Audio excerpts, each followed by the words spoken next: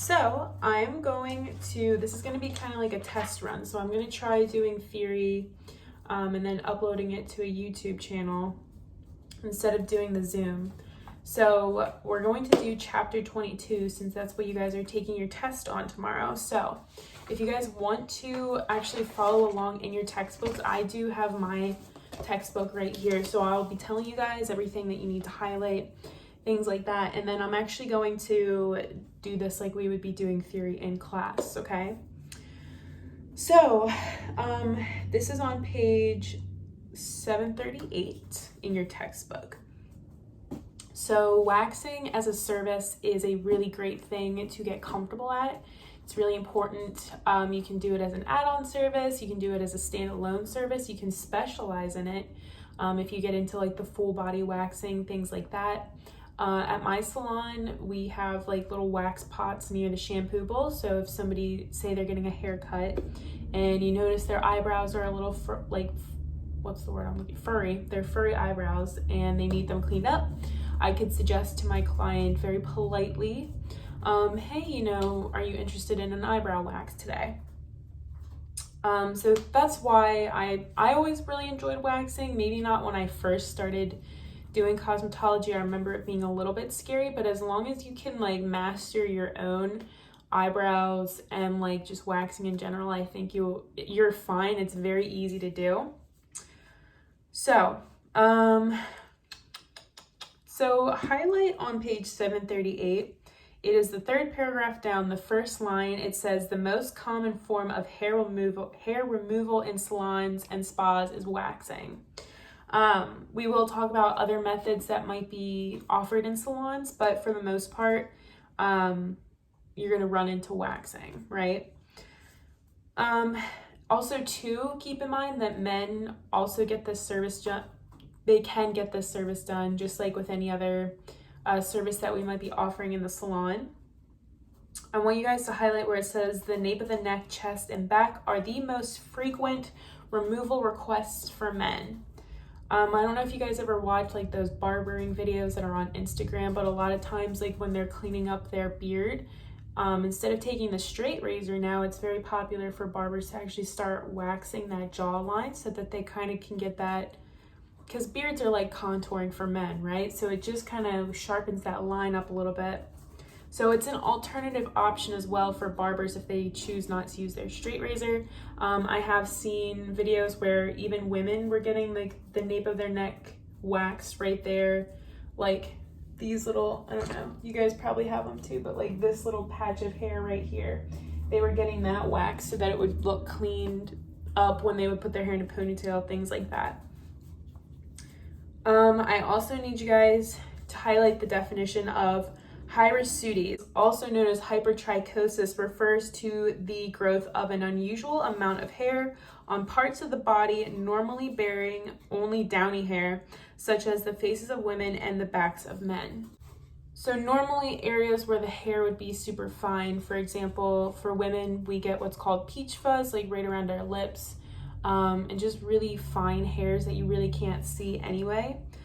Those hairs start to turn like fairly dark.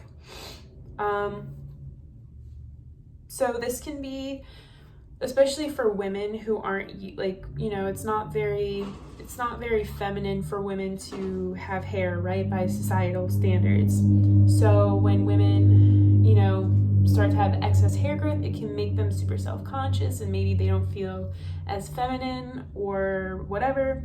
So that might be a reason why somebody could be coming to us. I know PCOS sometimes causes women to grow a little bit thicker facial hair. So instead of constantly having to shave it all the time, waxing could be an alternative option for them. So also too, at the bottom of like this little, we're still on 738. So right before why study hair removal, there's like 3 lines right here that I want you to highlight. So all of the various approaches to hair removal fall into 2 major categories, permanent and temporary. Salons are only licensed to do temporary hair removal. If you choose to do permanent hair removal, usually you have to work under, either a dermatologist or something along those lines, and like a medical spa as an esthetician, you have that option as well. So why study hair removal? I just need you guys to highlight the third bulletin. It says learning the proper hair removal techniques and performing them safely makes you even more important part of a client's beauty regimen. So a lot of times I personally know, like when I, wax my whole face, or if my eyebrows are freshly waxed, I just feel like my makeup sits a little bit better. A lot of times women will do that as well.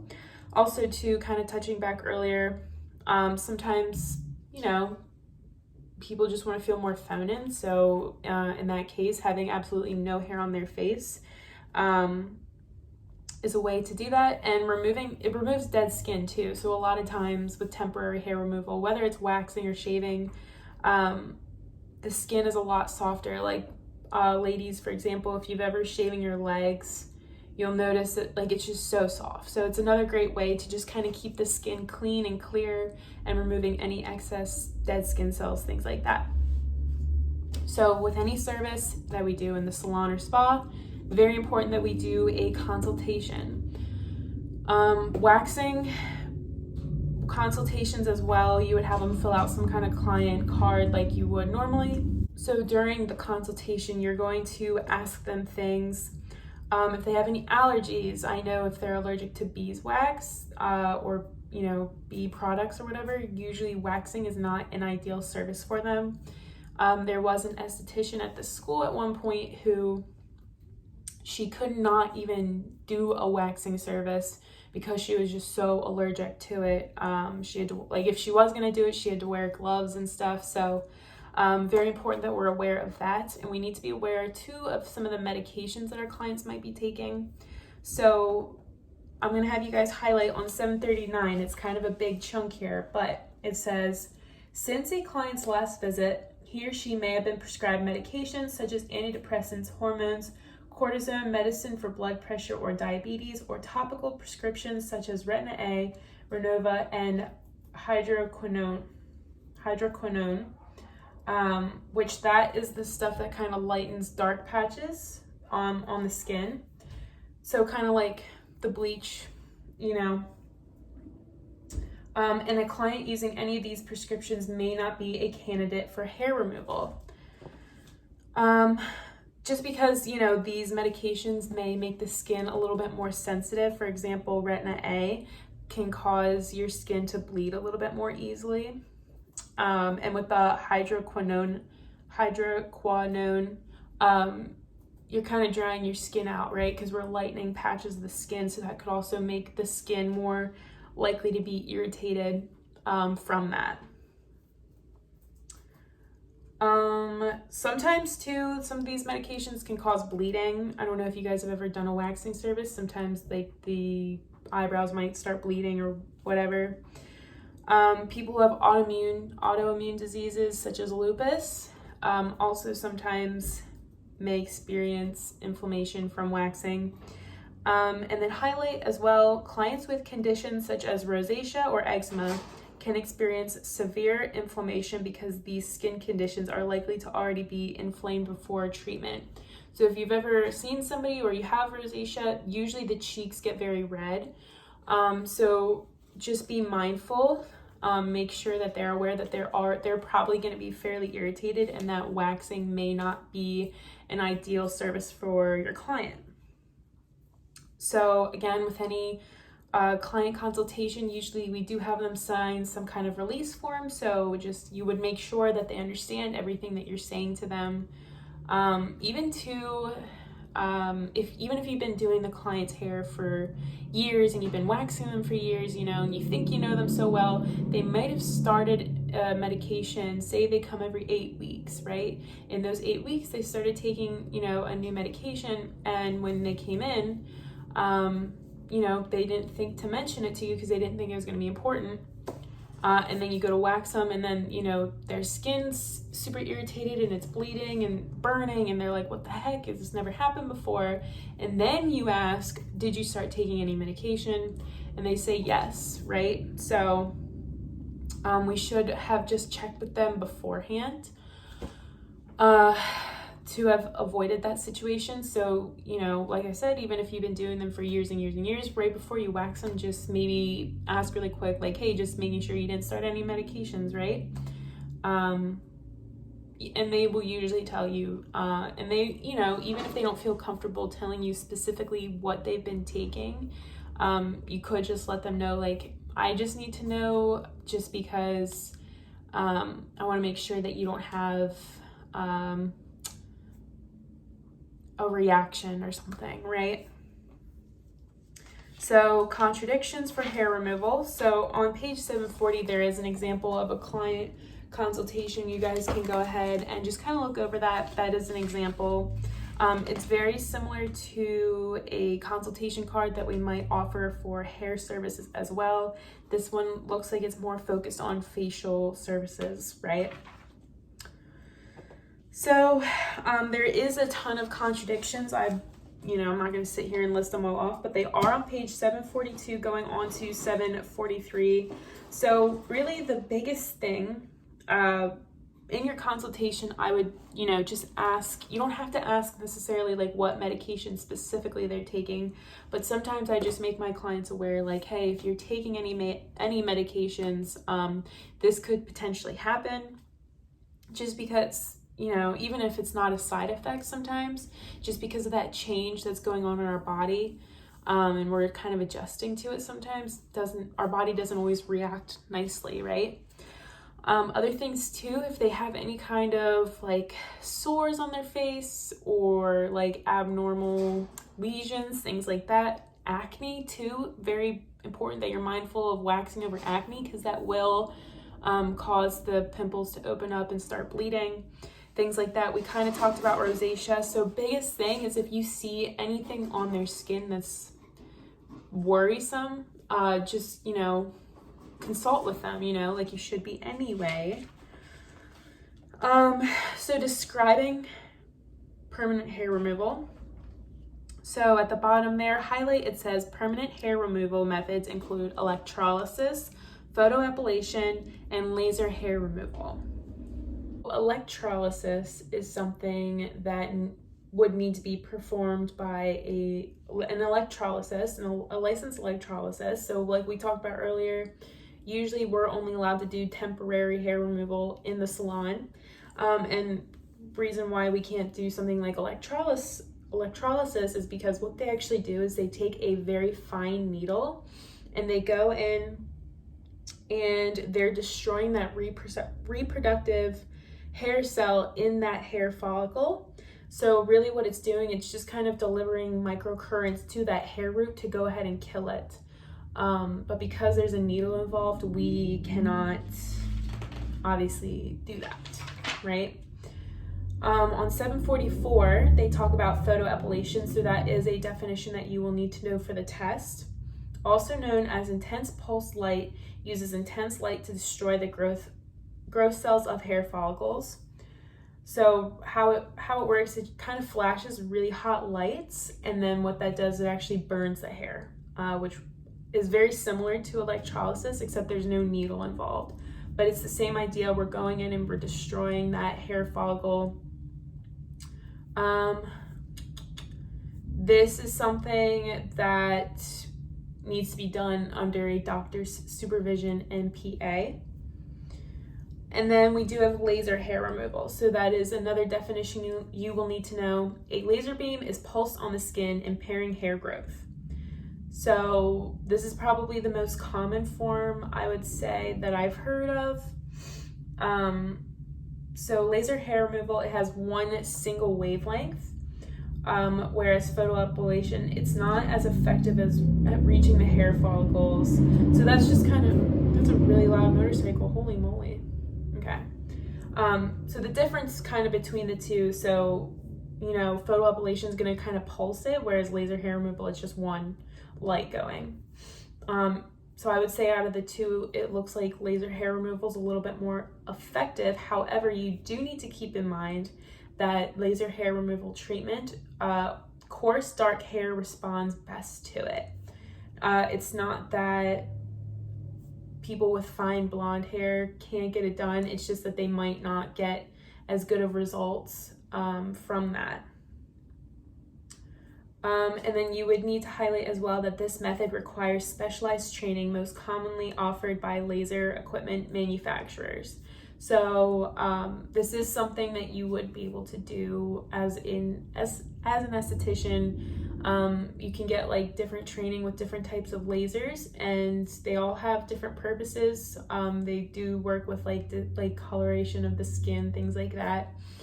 And laser hair removal is one of the things that you could potentially do. So then there is a little did you know corner here at the bottom. So I would have you guys highlight that box. It says, contrary to popular belief, shaving does not cause the hair to grow thicker or stronger. So a lot of times you'll hear women say that they shouldn't shave, blah, blah, blah. It does not actually cause the hair to grow in thicker. Really what it's doing is when you're going and shaving, it's blunting those hairs. So when they grow in, they feel more prickly. Whereas waxing, it's actually taking that hair out of the follicle, right? So when it grows in, it just kind of grows in a lot softer. It's not as blunt of a line. So that's why. So if you do hear people saying that, just say, well, it doesn't actually make the hair grow thicker. It just seems like it does, right? So shaving, I'm going to have you guys highlight, is the most common form of temporary hair removal, particularly of men's facial hair. So this is something that as a cosmetologist, we may not do so much in the salon. It might be something that our clients are doing at home and barbershops as well with their straight razors. That is a form of shaving. So if you guys chose to work in a barbershop, that's probably the only time you would really run into that. Then we have tweezing. This is something this is definitely something you would be doing in the salon if you are doing waxing services. So highlight tweezing is using tweezers. This is the definition of tweezing. Is using tweezers to remove hairs commonly used to shape the eyebrows and can also be used to remove undesirable hairs from around the mouth and chin. Eyebrow arching is often done as part of a professional makeup service. So tweezing in the salon, you would most likely do this if you had a waxing client, and we know that we can't go over the same area twice with soft wax, right? So say we did that and we didn't have any hard wax on hand or something, any leftover hairs, we could just kind of go in and get the tweezers. Or if we wanted a little bit more precise, or you know what I mean. It's usually something in addition to, very rarely is it a standalone service. Unless, which they do talk about here, if you're a makeup artist, a lot of times what they will do, if you're doing like a bride, for example, and she just has a couple hairs that are standing in the way of you doing an awesome job of your makeup, you could just go ahead and tweeze a couple hairs there as well, as long as the client's okay with it, of course.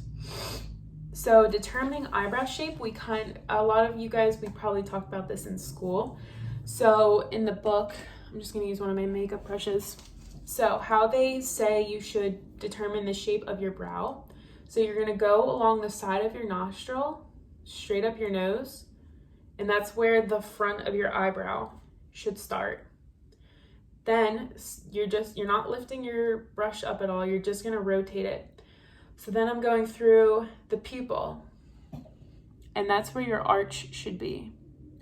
And then keeping your brush there, still on your nostril, you're going to line it up from your nose to the end of your eye, and that's where your eyebrow should end.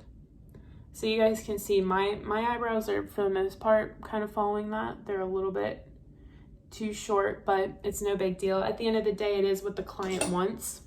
But this is more like, say you had a client who's never had, a waxing service done, and they're like, oh, just clean it up. You could go like off this, right? You want to highlight under determining best shape for eyebrows where it says the high point of the arch of the brow should be near the outside corner of the iris if the client is looking straight ahead. So that's kind of what I was saying there. That's kind of where your arch will be going through your iris. And then we have depilatories. So you're going to need to highlight the definition of depilatory. So it is a substance, usually a caustic alkali preparation, used for the temporary hair removal of superfluous hair by dissolving it at the skin's surface. So that's Nair. That's really what that is. The science behind it, really, it's very high in pH. So I always say it's like a mini relaxer. It's literally going in there and it's melting your hair. It's breaking down those like bonds, just like relaxer does for our hair. So it is very strong. So a lot of times people don't like it because they'll find that it causes their skin to be very irritated if you leave it on too long. Definitely, if this is something that your clients would do at home, this is not something we would offer in the salon. You just want to make sure that if your clients are doing this at home, that they're aware that if they're putting Nair on their legs, they should not be putting it on their face as well. There is special Nair for the face, but I've used it in the past and I do find that it still causes your face to feel very irritated. So this is not definitely my first recommendation of a hair removal method, right? So highlight very last two lines on that page, 745. Depilatories can be inflammatory to skin and should not be used on sensitive skin types or on clients who have contradictions for waxing. So same thing, that list that we kind of ran over, any, skin conditions, things like that, they're probably not going to be a good candidate for. So definitely somebody with rosacea is going to be irritated by this as well. So just being mindful of that, right? Over on 746, top of the line, highlight where it says it is a good idea to patch test any depilatory on your client's skin prior to treatment the first time. So with any patch tests that we usually do, whether it's color or depilatories, which like I said, we're most likely not going to do this in the salon. But say you did work at a salon that you had to do this on, usually we patch test on the inner crook of the elbow here and then two behind the ear, because those are very thin-skinned areas. So when we go and do patch tests there, if those areas get irritated, then usually we won't go ahead with the service. So then we have epilators as well. So highlight the definition of epilators. So an epilator removes the hair from the bottom of the follicle. Wax is commonly used epilator and it is available in two main forms, hard and soft wax. So we kind of know that. We know a little bit about wax. So just to make sure we all understand the waxing procedure, right? So anytime that we're doing a waxing service, we must use disposable implements, right? So that means disposable mascara wands, those little popsicle sticks, the little like fabric strips that we're actually waxing with. Obviously, we're not using those again, right? And that means too, anytime we take the popsicle stick, as soon as it goes in the wax and touches the client's skin, it must be discarded. A lot of times what I do to save popsicle sticks and not feel like I'm throwing so many out is I'll crack them in half and use one half and then use the other half and then throw them out, right? So another way too to prevent cross-contamination, which is very important, right? Say our wax is running low, we're not going in and adding wax to that pot. We're just going to replace it completely. Soften brows before a wax service. Sometimes people do have very coarse eyebrows and it is difficult to wax them because the hairs are just so coarse. I might have told you guys this story before. Back when I worked at the mall, I had this guy come in and he just had a ferocious unibrow and it was very hard to get through it. I felt so bad. I must have ripped through his hair, like his eyebrows, like multiple times, and the hair just would not come out. Oh my gosh. So I finally I didn't know what else to do, just start tweezing it. Although that would have been a good scenario to soften it with a warm towel. And then we're tweezing the hair in the direction of the hair growth. So my eyebrows are growing this way, so that means I'm pulling them out this way, right? And just like with waxing, it's super important that we're pulling the skin taut as well. And then wax is ready to use when it's a caramely consistency. I feel like that's kind of self-explanatory. So the hair should be at least 1/4 inch long before we wax it. So if a client says to you, how long should I go without shaving before I start waxing my legs or something, I usually say 2 weeks of hair growth is best. And then from there, you know, they can go longer between waxing services. So if they're doing like a Brazilian wax service, a lot of times they have to do like 2 or 3 sessions for all the hairs to be caught up before they can go like 2-3 months without having to get it waxed, okay? So you just want to make your clients aware if they're transitioning from shaving to waxing that they kind of have to like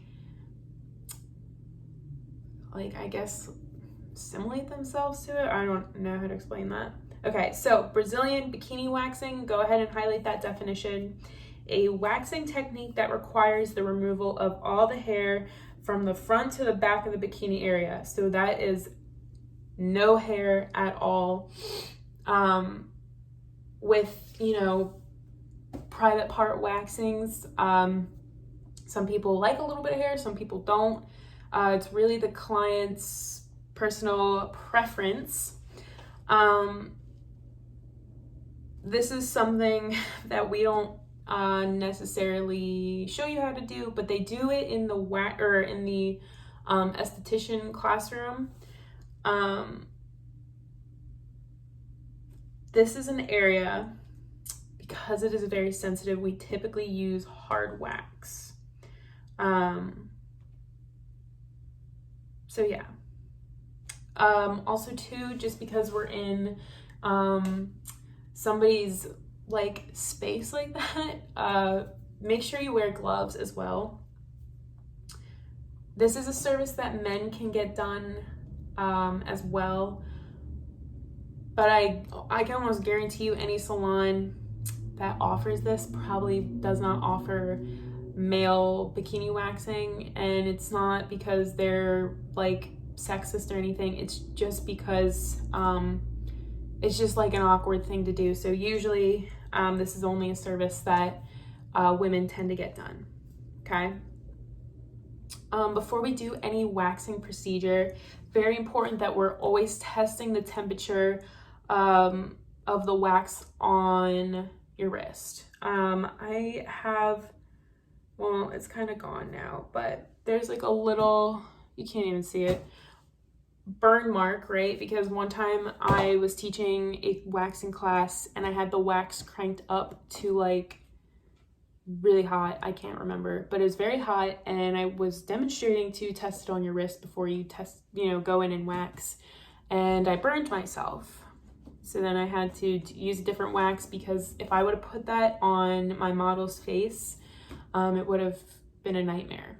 Okay, so the skin on our wrist is very thin as well, just like the skin around our eyebrows. So if it's too hot for your wrist, it's definitely too hot for the eyebrows. Obviously, when we spread the wax, we're using a wooden applicator. If you're doing soft wax, right, you're going to go against the hair growth, and you're going to go with the hair growth and rip against, whereas hard wax you go against and rip with. The cool thing about hard wax is that if you leave the popsicle stick at the very end of the hard wax and you go to take it off, it just kind of saves you a step from having to like pick up the hard wax a little bit and then rip it, if you know what I mean.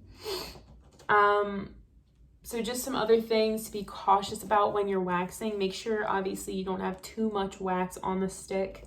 I've had it happen to me before where I was waxing somebody's eyebrows and the wax dripped into their hair, and then I was like, oh shoot, what the heck am I doing? And in that case, really all you would have to do is just put a little bit of oil to get the wax out.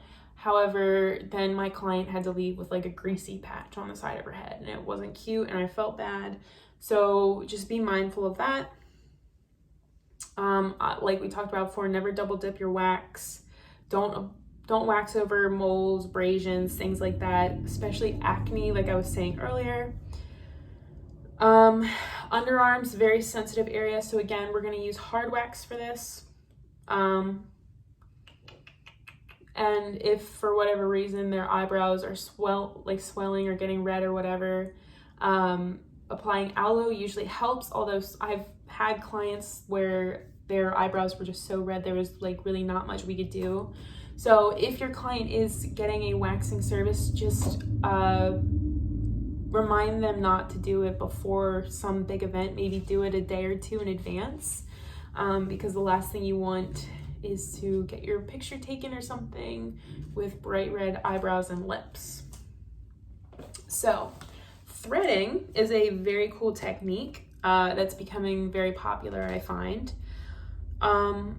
So just as the name suggests, you take a thread and you remove the hairs that way. So this is another example of an epilator, because we're actually pulling the hairs out, right? So this is actually a really cool technique. I don't have any thread to do it, but you kind of like take this little loop of thread and you like move your fingers up back and forth like this. If I can find a video, I'll send it to you guys, because it's actually a really cool service.